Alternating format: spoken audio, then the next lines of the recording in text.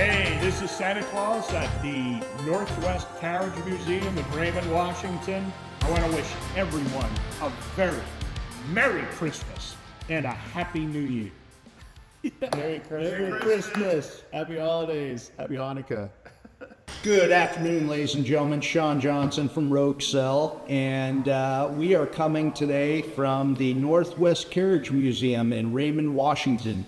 This museum has been open for over 20 years, and it's got one of the most spectacular collections of sleighs and just carriages and antiques and tools. It's amazing. Everywhere you look, there's something here. But we have a special episode that will be airing Christmas morning from right here at the Carriage Museum. I am here with Jerry. Jerry is the museum curator for the Carriage. Can you tell us a little bit about the building here? Yeah, Sean. Well, first of all, thanks for visiting. But yeah, we opened, as you say, in 2002.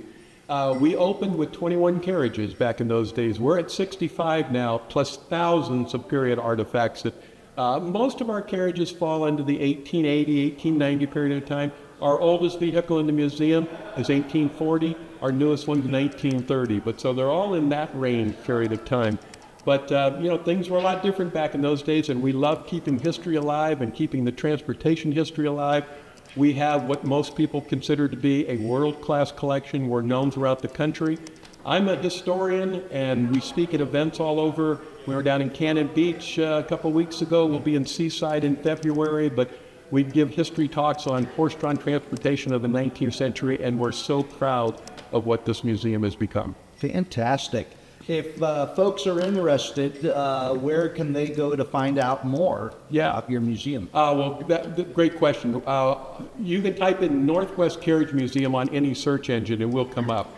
We're considered to be one of the best carriage museums in the country, but specifically our website, we have a beautiful website, www.nwcarriagemuseum.org. Fantastic. Be sure to check that out.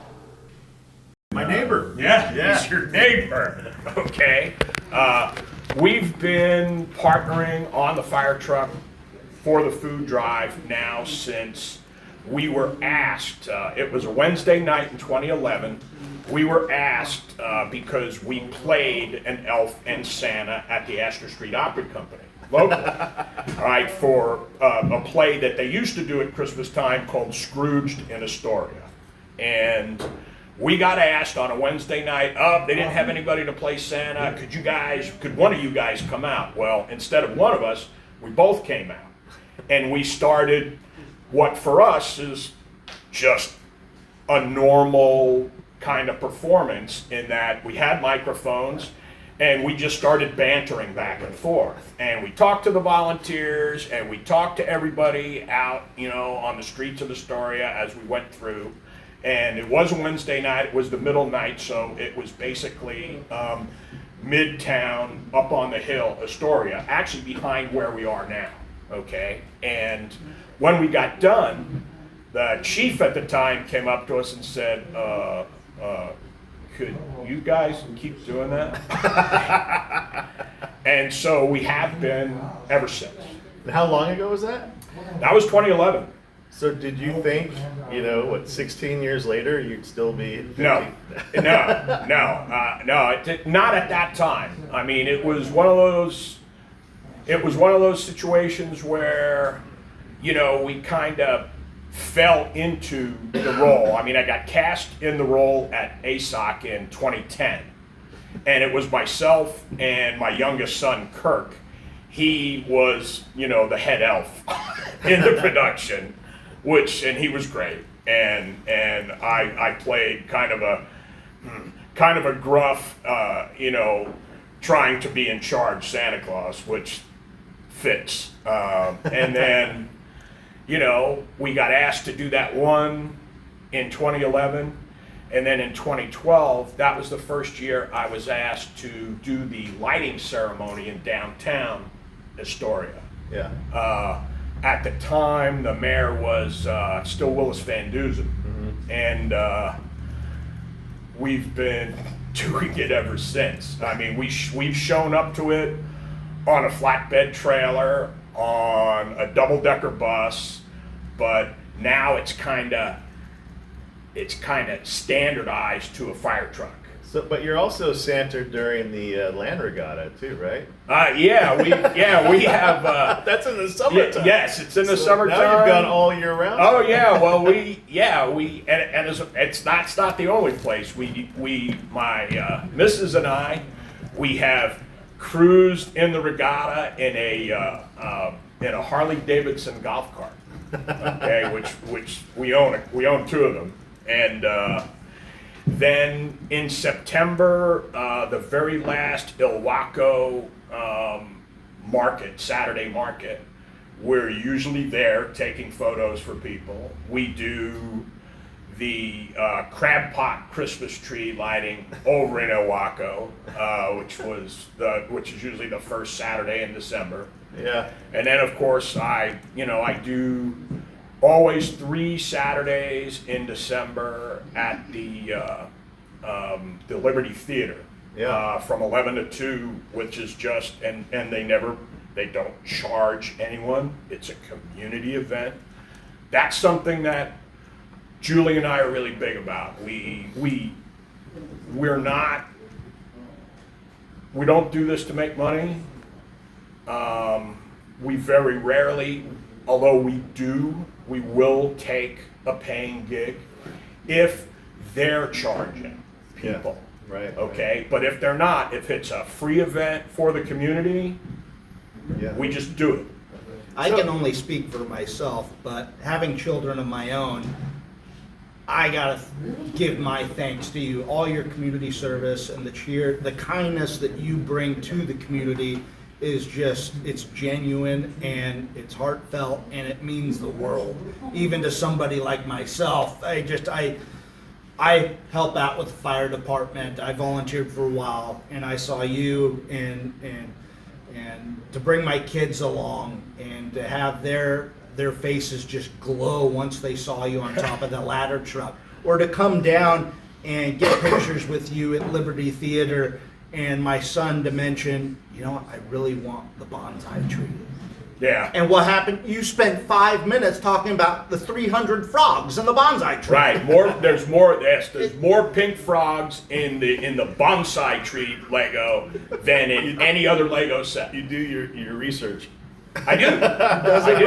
I do. So it's fair to say that generations of people on the North Coast see you as Santa Claus. Which is what a privilege. But maybe they don't all know that you're actually a veteran. Yes, I am. I'm a veteran of what everyone now calls the Cold War. And you were in the Navy? I was in the Navy. Yes. And then when did you leave the Navy? Last official posting with the Navy was 1991. And then after you left the Navy, you went back. You were in war zones. Yes, I've been a Department of Defense and a Department of Energy contractor in many places. You've been in some of the same places that we've all been in Iraq. Oh yeah. I mean, Bosnia in the 90s, okay, and then I was in Iraq for most of 2003. Yes, working for General Electric. So we noticed, talking to people on a radio show and our documentary, that a lot of vets, when they get out of the military, they kind of lose that camaraderie, the community, that purpose.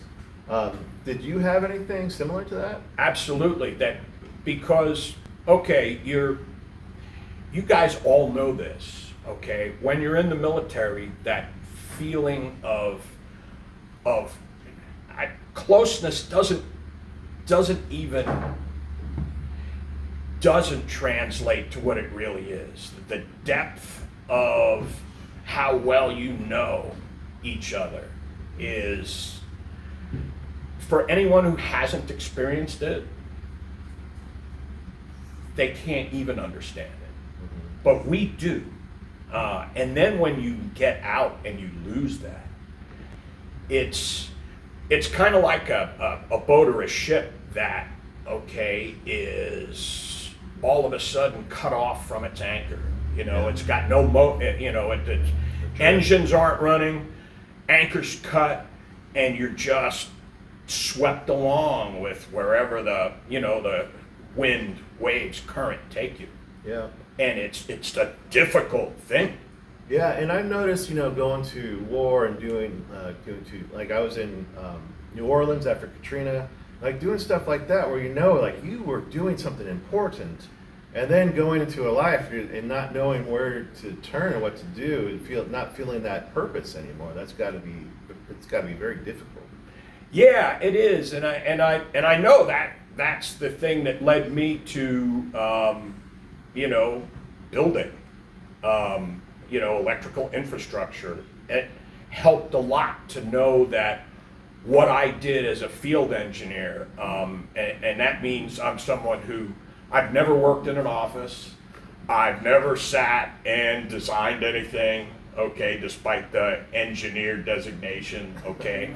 I've always been one of those guys who makes things work in the field, just like we did in the military. Yeah. And that was, and amazingly, well, probably not amazingly, the vast majority of my peers, I mean, if in the population of the U.S., 8% are veterans, okay? In the field engineering ranks for most major manufacturers, it's 50% or better. Yeah. It really is. Yeah. And so that, I know for myself, that has saved me from depression and feeling untethered more than anything else. Well, let's talk about your community service. I mean, it sounds like you kind of accidentally found it, and then you just leaned into it. Oh yeah. Well, I mean, go big or go home, right? I mean, that's really how it works. If you're gonna do something, do it. Yeah. And the Santa Claus thing, I see that as just as important and just as meaningful as when I was in uniform. But Because I see, we talked about this a little before, and I see you were talking about how you go all year collecting goodwill, yes, and then around the holidays, you're able to give it back to the world. that's it.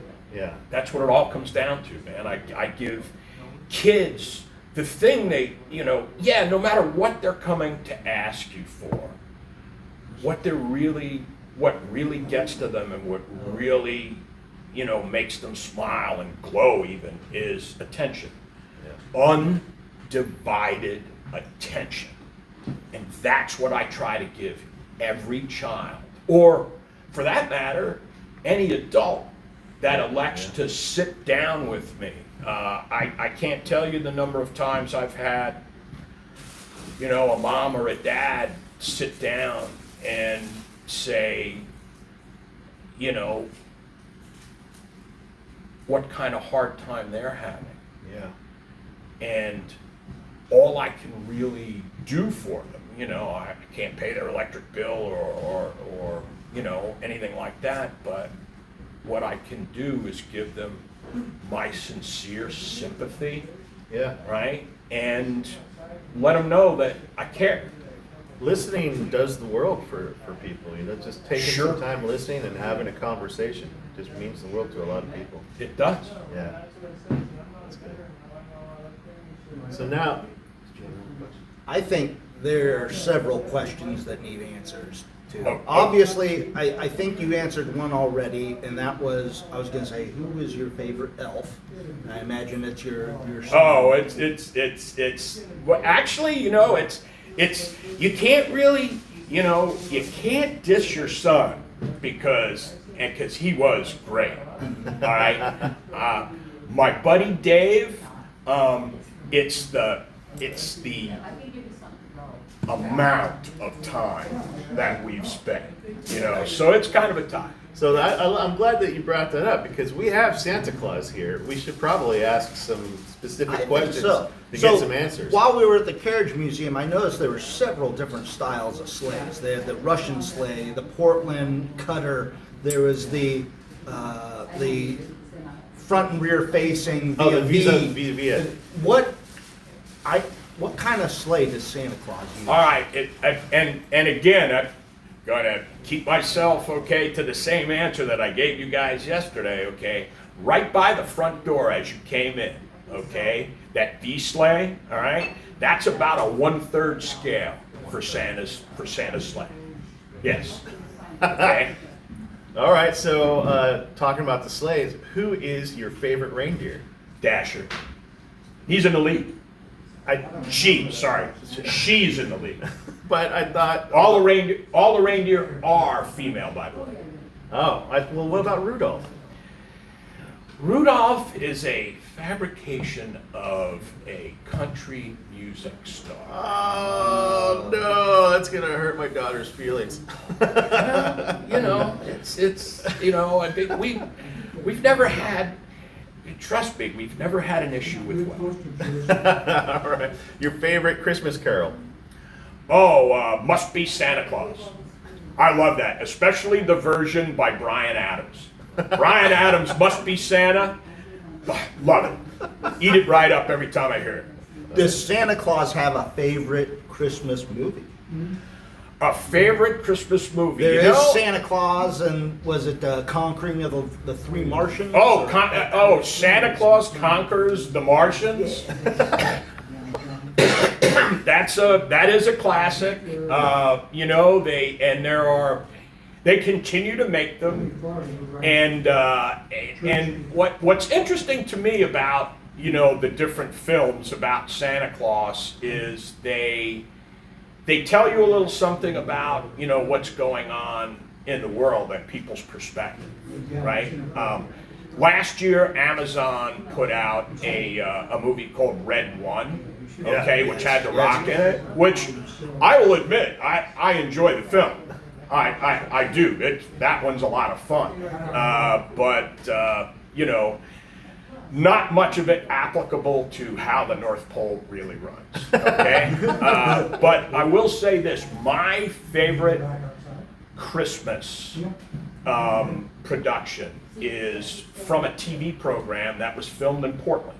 Okay, The Librarians, from the first season, the Santa episode with Bruce Campbell playing Wong. Okay, is that is without a doubt my absolute favorite. Well, while we got you here, there's a question that everybody wants to know, and is Die Hard a Christmas movie? Okay, now I know, and I want everybody to hear this. Okay, from my perspective. Oh my gosh, All right? knife hands coming Here we out. go. Yes, there's the knife hand, right? Okay, so I know that Mr. Willis has said repeatedly in interviews through the years that it is a Bruce Willis movie. This Santa is telling you that the Christmas season does not start until Hans Gruber gets thrown through that window and off the building. That, to me, starts the season. Love it. Let's go around and talk about our favorite Christmas movies. You got The Librarian. What's your favorite Christmas movie? Wow. I grew up watching Mickey's Christmas Carol. I always loved that. I love Scrooged with Bill Murray. Yeah, that's a great that has to one. Yeah, be my that's favorite. always I watched that. His monologue at the end, it just sums up the Christmas spirit. That's one of Bill Murray's best performances. Oh, definitely. In Scrooge. I know one Christmas movie that doesn't get a lot of praise, but is also really good. Gremlins. Oh yeah, absolutely a Christmas movie because it is. It is. Well- Now, personally, one of the movies that I watch every year, especially on Christmas Eve, to kind of just get in the right headspace, the 1951 version of A Christmas Carol, also I called was gonna say. Scrooged. Okay. The 1951 version, which stars a longtime British character actor, Alistair Sim, as Scrooge. It gives me goosebumps every year that I watch it. Yeah. Yeah. Brad, what's your favorite Christmas movie? Oh man, you put me on the spot. I don't know if the microphone's gonna pick me up.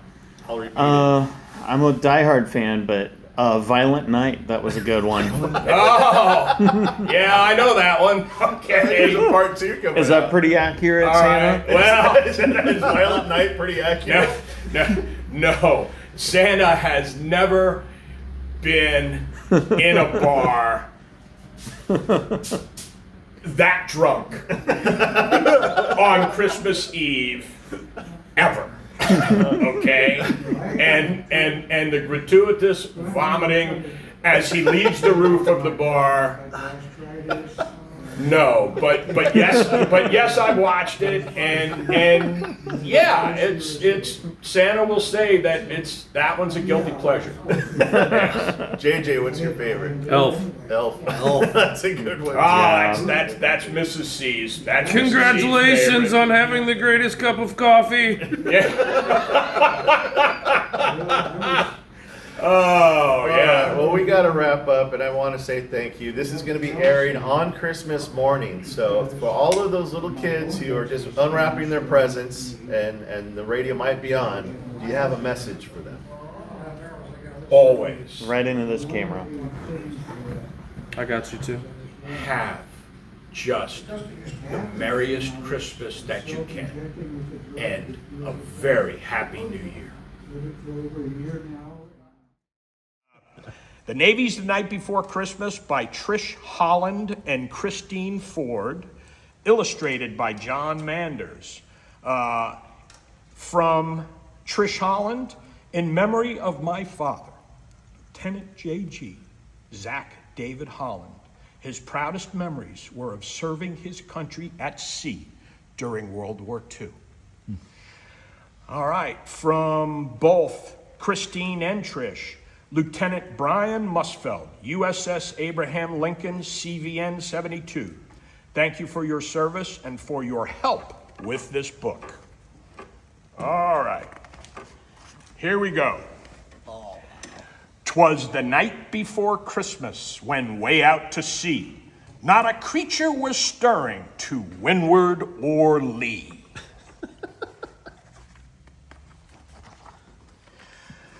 The sailors were nestled, all snug in their racks, like orders of pancakes, so tight were the stacks. All dreamed of home port and Christmases past, among family and friends, sweet memories that last. And I, in the tower, had just reached my post, where I'd stand to watch. It was Christmas, almost. My thoughts about presents were shattered by sound. A whump, whump, whump, whump had me spinning around. I looked to the starboard, then port bow and aft. The noise, it grew louder. I felt the cold draft. When, what to my wondering eyes should appear, but a sea hawk that hovered. I gave the all clear. A squadron of hornets, so loudly they roared, with tail hooks a-hanging came blasting aboard. The sonar went crazy, a sub was about. It popped to the surface with seals pouring out.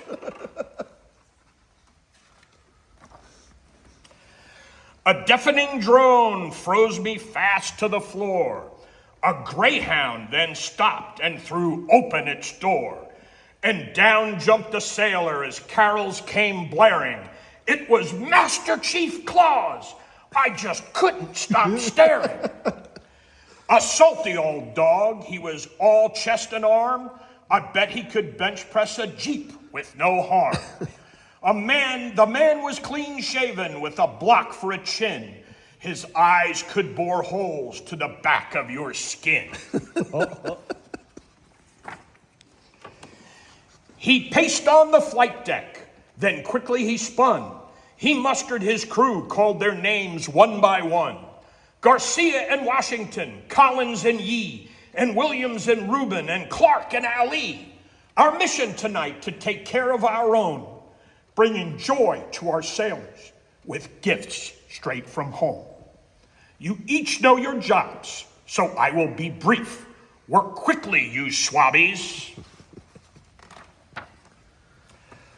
Aye, aye, Master Chief. Go fill up my sea bags with gifts large and small. Now dash away, dash away, dash away all. He shouldered his pack and he twisted the latch. Then the chief disappeared through a big metal hatch. I raced down to find him with no time to spare.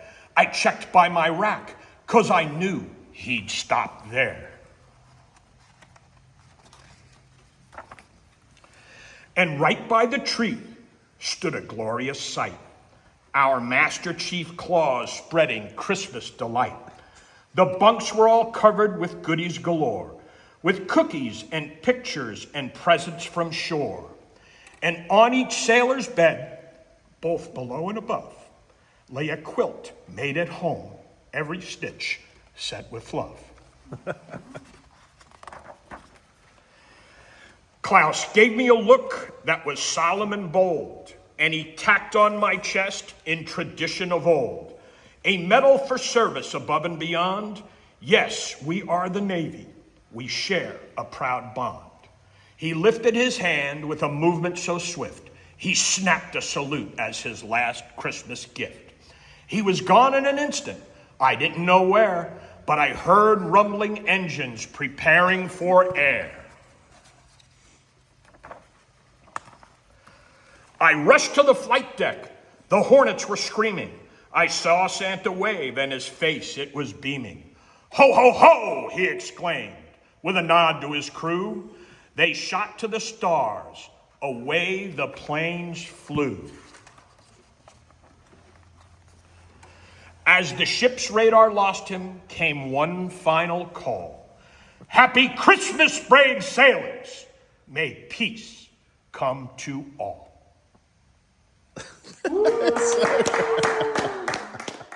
Before we close, Rogue Cell wants to take a moment to acknowledge something important. The holiday season can be a time of celebration and connection, but it can also be incredibly difficult for many people. Stress, loneliness, grief, and old wounds can feel heavier this time of year. And if that's true for you or someone you care about, we want you to know that you're not alone. If you're struggling, please reach out to someone you trust. You can also contact your local crisis hotline or National Suicide Prevention Services, and veterans have dedicated support options available as well. You can call 988 and dial 1 for veterans. Reaching out is a sign of strength, and there are people who want to listen and help. From all of us at Rogue Cell, thank you for spending time with us. We're grateful for you, for your presence, and for the community we're building together. We wish you peace, safety, and the happiest of holidays in whatever way feels right for you. Take good care of yourselves and each other.